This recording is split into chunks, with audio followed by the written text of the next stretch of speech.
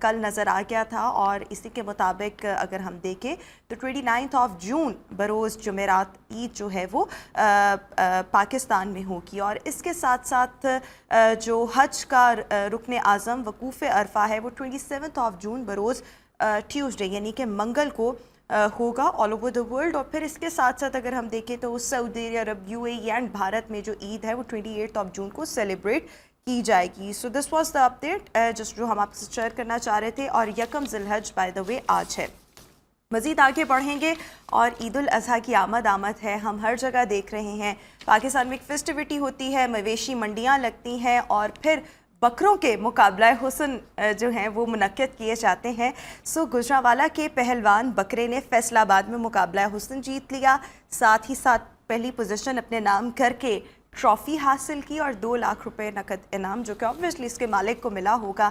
اور by the وے یہ راجن پوری بکرے ہیں. جو راجن پوری بکرے ہوتے ہیں اور اسپیشلی اگر وہ سفید جوڑا ہو، یہ بھی سفید جوڑا ہی تھا، یہ اتنے خوبصورت بکرے ہوتے ہیں اور لمبے ہوتے ہیں، ان کی ٹانگیں بہت لمبی ہوتی ہیں اور یہ بکرے خود بھی بہت خوبصورت ہوتے ہیں اور ان کو بڑے ناز نخروں کے ساتھ ان کے مالک نے پالا ہے، بڑے دیسی گھی اور اس کے ساتھ ساتھ دودھ اور دہی اور پتہ نہیں کیا کیا کھلا کے.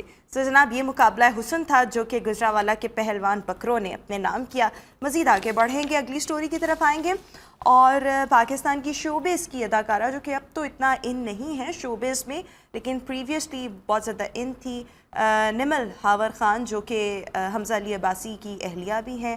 ریسنٹلی انہوں نے اپنی کچھ پکچر سوشل میڈیا پہ شیئر کی جس کے بعد جو سوشل میڈیا یوزرز تھے ان کی جانب سے یہ کہا گیا کہ بھئی انہوں نے تو کاسمیٹک سرجری کروائی ہے اپنی نوز کی جو کہ بالکل اچھی نہیں لگ رہی، اور ان کی جو لکس ہیں وہ لگ رہی ہیں پاکستان کی ایک اداکارہ ہے سارہ لارنس اور اس کے ساتھ ساتھ بھارتی اداکارہ بھی ہیں، ڈانسر بھی ہے سنی لیون. سو ان کے جیسی لگ رہی ہیں اور لوگوں کی جانب سے بڑا کرٹیسائز کیا جا رہا تھا کہ نہیں یہ جو کاسمیٹک سرجریاں جو انہوں نے اپنی ناک کے ساتھ تھوڑا سے اس کے حد و حال تبدیل کروا لی ہیں وہ اچھی نہیں لگ رہے. سو یہ ہم آپ کے ساتھ شیئر کرنا چاہ رہے تھے کہ ضروری نہیں ہوتا کاسمیٹک سرجری آپ کروائیں، آپ کو تو شاید اچھی لگے ہی لیکن لوگوں کو بھی اچھی لگے. لوگ جو ہیں وہ اتنی جلدی جو چینج ہے وہ ایکسیپٹ نہیں بھی کرتے. سو یہ بھی ایک شارٹ سٹوری تھی، ہم نے سوچا آپ کے ساتھ شیئر کی جائے بیکاز ٹویٹر پر یہ ٹاپ ٹرینڈنگ میں تھی.